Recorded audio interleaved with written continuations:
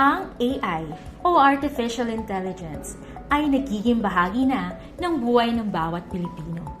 Upang mas maintindihan ang bagong teknolohiyang ito, naglabas ang Department of Education ng isang DepEd order na may layuning magbigay ng gabay sa wasto at etikal na paggamit ng AI, lalong-lalo na sa konteksto ng edukasyon. Ang Department Order No. 3, Series of 2026 o ang Foundational Guidelines on Artificial Intelligence in Basic Education ay nagsisilbing pangunahing patakaran ng kagawaran sa paggamit ng AI sa ating mga paaralan. Alinsunod sa mga international at local framework, ang Foundational Guidelines on AI ay nagbibigay ng patnubay sa mga guro at mag-aaral kung paano gamitin ang AI sa kanilang pagtuturo at pag-aaral. Hinihikayat rin ito ang paggamit ng AI upang mas mapadali at mapabuti ang pamamahala sa mga ahensya at paaralan ng DepEd. Sa ilalim ng Foundational Guidelines, mayroong 3 pillars na layuning mag-produce ng AI-ready Filipino learners na kalaunan ay magiging AI-enabled Filipino workforce. Ito ang AI in Education, Education on AI, at AI for Education Systems. Nilinaw ng DepEd na ang AI ay pantulong lamang at hindi ito papalit sa galing at puso ng ating mga learners, teaching and non-teaching personnel. Mahalaga ang papel ng pulisiyang ito upang matiyak ang responsable, etikal at wastong integrasyon ng AI tungo sa mas dekalidad, inklusibo at future-ready na edukasyon para sa bawat guro at batang Pilipino. Tara na at alamin natin ang 3 pillars ng DepEd's framework for AI in Basic Education. Una ay ang AI in Education, kung saan nakalatag ang mga alituntunin patungkol sa paggamit ng AI sa pagtuturo, pag-aaral at pagtatasa. Ang AI ay isang instrumento lamang at hindi kailanman papalit sa mga guro. Ibig sabihin, mangunguna pa rin ang human judgment at pedagogical discretion sa paggamit ng AI sa pagbuo ng mga learning materials at activities, pagkalap at pagproseso ng mga impormasyon at pagpapagaan ng mga administratibong gawain ng mga guro. Hinihikayat ang direktang paggamit ng AI tools sa ika-4 hanggang sa ika-12 baitang, habang ang mga mag-aaral na edad 13 pababa ay maaari lamang gumamit ng AI kung may striktong patnubay ng mga guro at pahintulot ng magulang batay sa child safety standards ng DepEd. Pinagbabawal naman ang paggamit ng AI sa kinder hanggang ika-3 baitang upang makafocus sila sa pag-develop ng kanilang foundational skills. Subalit, maaari pa rin itong gamitin ng kanilang guro sa paggawa ng mga learning materials at activities. Ano-ano nga ba ang maaari at hindi maaaring gawin sa ilalim ng AI in Education pillar? Maaaring gamitin ng mga guro ang AI sa paggawa ng mga lesson plan at instructional materials upang makamit ang mga itinakdang kasanayan sa pagkatuto at 21st century skills ng mga mag-aral. Paghahanda ng mga assessment tools tulad ng pagsusulit at activities, pag-check, beripika at assess ng mga proyekto o output ng mga estudyante at pagbibigay ng timely feedback na angkop sa pangangailangan ng mga bata, at pagsuri ng mga datos, pagwasto ng gramatika at pagpapatunay ng citation verifications sa pananaliksik. Ilan lamang ito sa mga nirerekomendang paggamit ng AI sa mga guro. Maaari namang gamitin ng mga mag-aaral ang AI sa pagbuo ng mga konsepto o ideya, paghubog ng kanilang kasanayan sa pagsusulat, paglikha ng iba't ibang uri ng mga presentasyon, at pag-alalay sa kanilang mga takdang aralin. Upang mapanatili ang integridad, privacy at human-centered learning, narito ang mga hindi angkop na paggamit ng AI na dapat nating iwasan. Paghalili ng AI sa papel at otoridad ng tao, pagturing sa AI bilang tanging basihan ng datos at impormasyon, paglatag ng mga mapagsamantalang mekanismo ng AI. Ang AI ay isang assistive tool lamang. Bawat isa ay may responsibilidad na gamitin ito sa tamang pamamaraan at para sa ikabubuti ng lahat. Bilang mga guro at kawani ng gobyerno, dapat nating tandaan na ang paggamit ng AI ay may kaakibat na limitasyon.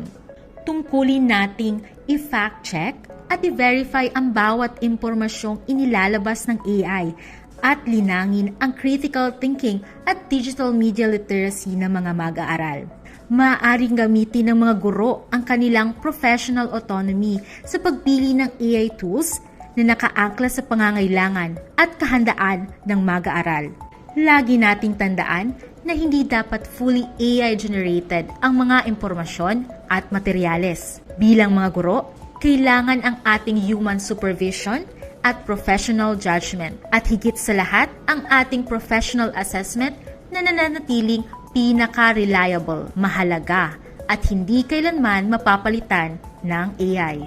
Sa madaling salita, ang AI in education ay sumasagot sa tanong na how to teach o kung paano gamitin ang AI sa teaching and learning process. Ang ikalawang pilar ay education on AI na naglalayong maituro ang AI literacy at mga kalakip na competencies nito upang maging informed at future-ready ang mga mag-aaral. Isang importanteng hakbang ay ang pag-integrate ng mga kasanayan sa AI literacy, critical thinking, at ethical consideration sa ating curriculum upang manavigate ng mga mag-aaral ang features at opportunities ng AI at protektahan ang sarili mula sa misinformation at privacy concerns. Narito ang mga dapat isaalang-alang upang maging epektibo ang pag-integrate ng AI sa ating curriculum.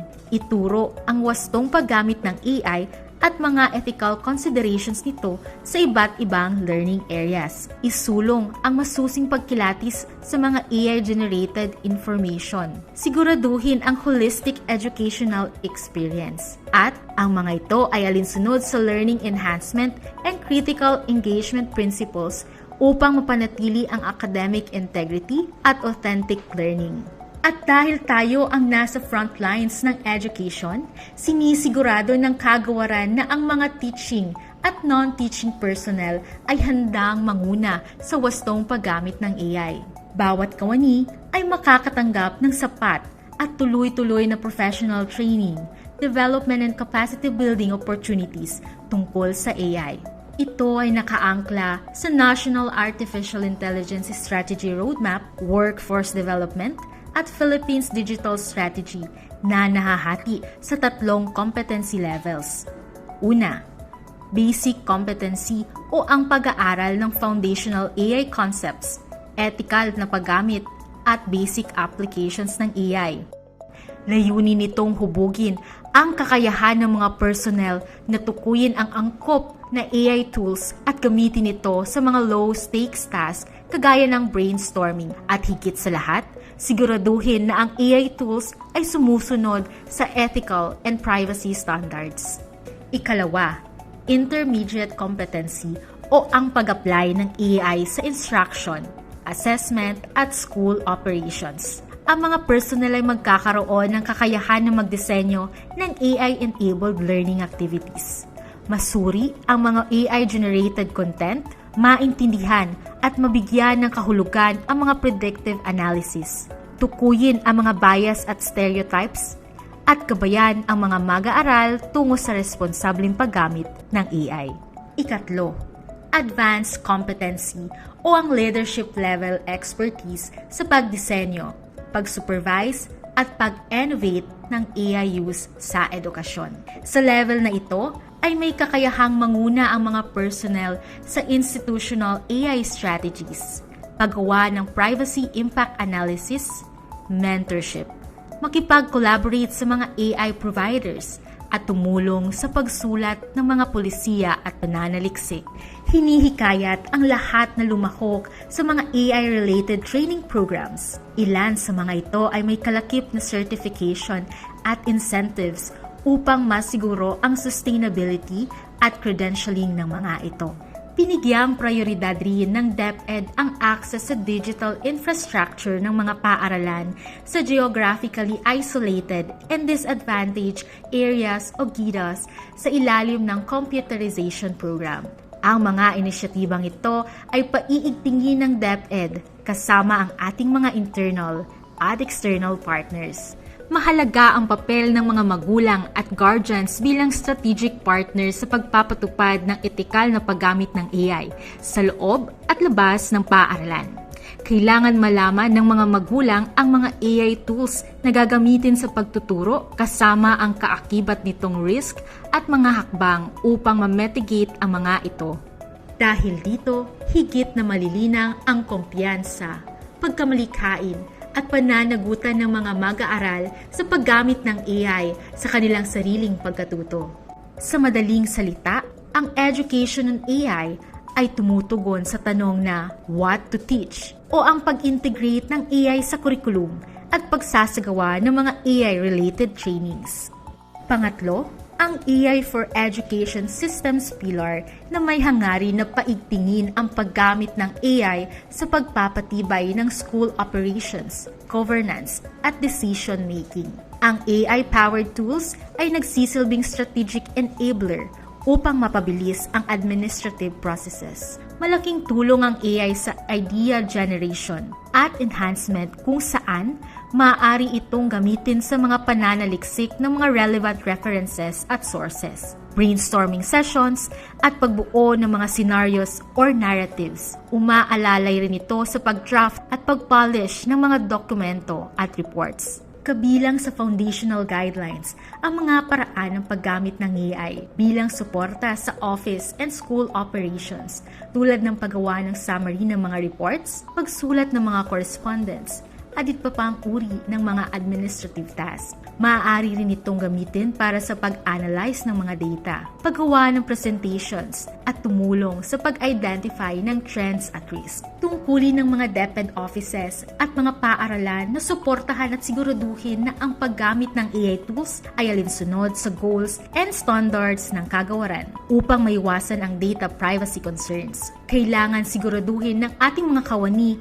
ang regular na pag-review at pag-validate ng data na binibigay natin sa AI upang masiguro na tama ang analysis na ilalabas nito. Hangarin din ng DepEd na mapaunlad hindi lamang ang kalidad ng edukasyon, kundi maging accessible at inclusive ang pag-adopt ng mga bakabagong teknolohiya sa ating mga paaralan. Tungkulin ng mga guro na siguraduhin ang mga AI tools na gagamitin ay age-appropriate at nabibigyan ng pantay na access ang bawat mag-aaral. Mahalaga rin na ang mga AI tools ay nakabatay sa ating local cultural context upang maging relevant, inclusive, at responsive sa iba't ibang learning needs. Ang mga partnership at multi-sectoral collaborations ang magsisilbing tulay upang mapunan ang mga kakulangan sa pasilidad at teknolohiya na isang hakbang sa pag-abot ng dekalidad na edukasyon. Ang DepEd ay nakikipagtulungan sa mga lokal na pamahalaan at pribadong sektor upang tukuyin at suportahan ang mga underserved, marginalized at remote schools. Lahat ng partnerships ng DepEd ay may kaukulang Memorandum of Agreement, Data Sharing Agreement o kahit anong katumbas na kasunduan, alisunod sa Data Privacy Act of 2012 at Cybercrime Prevention Act. Sa madaling salita,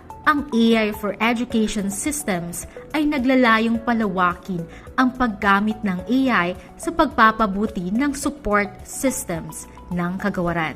Ang paggamit ng AI ay mahigpit na sumusunod sa mga batas, polisiya at ordinansa na sumasaklaw sa pagkolekta, pagproseso at paggamit ng personal na impormasyon at mga datos, seguridad ng bata at iba pang may kaugnay sa paggamit ng AI. Narito ang mga batayan at proseso na dapat sundin upang matiyak na angkop at ligtas ang mga inirerekomendang AI tools at systems. Una na rito, ang Digital Maturity Assessment. Ito ay isang tool na naglalayong ma-assess ang readiness o kahandaan ng ating mga paaralan pagdating sa pedagogy, assessment, platform, digital citizenship, teacher capacity, infrastructure, maging ang leadership. Magsasagawa rin ng privacy impact assessment bago i-deploy ang AI tools upang matiyak na sumusunod ito sa Foundational Guidelines, Data Privacy Act, at iginagalang ang karapatan ng mga estudyante pagdating sa privacy ng kanilang mga data. Sasailalim din ang mga ito sa review process for new AI tools ng DepEd na pinangungunahan ng Education Futures Office. Narito rin ang DepEd AI Registry kung saan irerehistro ang mga AI tools at system upang siguraduhin na ang mga ito ay sumusunod sa mga alituntunin ng foundational guidelines. Ito rin ang magsisilbing opisyal na record at magsisilbing batayan para sa monitoring at evaluation. Upang magsilbing gabay sa pagtukoy ng kaligtasan ng mga AI tools, binuo rin ng DepEd ang risk-based classification of AI systems. Alinsunod sa mga international benchmarks, ito ay nahati sa 4 na levels. Unacceptable risk. Sa ilalim nito, mahigpit na ipinagbabawal ang paggamit ng mga AI tools na nagdudulot ng malaking banta sa karapatan, kaligtasan o kapakanan ng mga mag-aaral at mga stakeholder. High risk, ito ay may malaking epekto sa mga mag-aaral at kailangang sumailalim sa mahigpit na safeguards. Limited risk. Mayroon ding mga AI tools na nagsisilbing katuwang sa simpleng gawain o itinturing na support tools at nangangailangan lamang ng transparency obligations. Minimal risk, kabilang dito ang mga AI tools na kaunti o walang panganib sa mga karapatan at kaligtasan. Ang mga ito ay sumasailalim lamang sa mga standard IT controls. Ang transparency ang pundasyon ng integrity. Isinusulong ng DepEd ang tapat, wasto at responsableng paggamit ng AI upang mapanatili ang academic integrity sa bawat paaralan. Ang mga guro, non-teaching personnel at mag-aaral ay may tungkuling ideklara ang mga ginagamit na AI tools sa AI Use Declaration at proper citation. Ano ang ginamit na tool? Paano ito nakatulong? At kumpirmasyon na naiintindihan ang gawain. Tandaan na ang hindi pagdeklara ng paggamit ng AI ay maaaring ituring na academic dishonesty. Pangungunahan ng Department of Education Central Office ang malawakang pagpapatupad ng pulisiyang ito, tungkulin ng Regional Office na magbigay ng technical assistance sa mga School Division Office at pagmumonitor ng AI implementation sa buong rehiyon.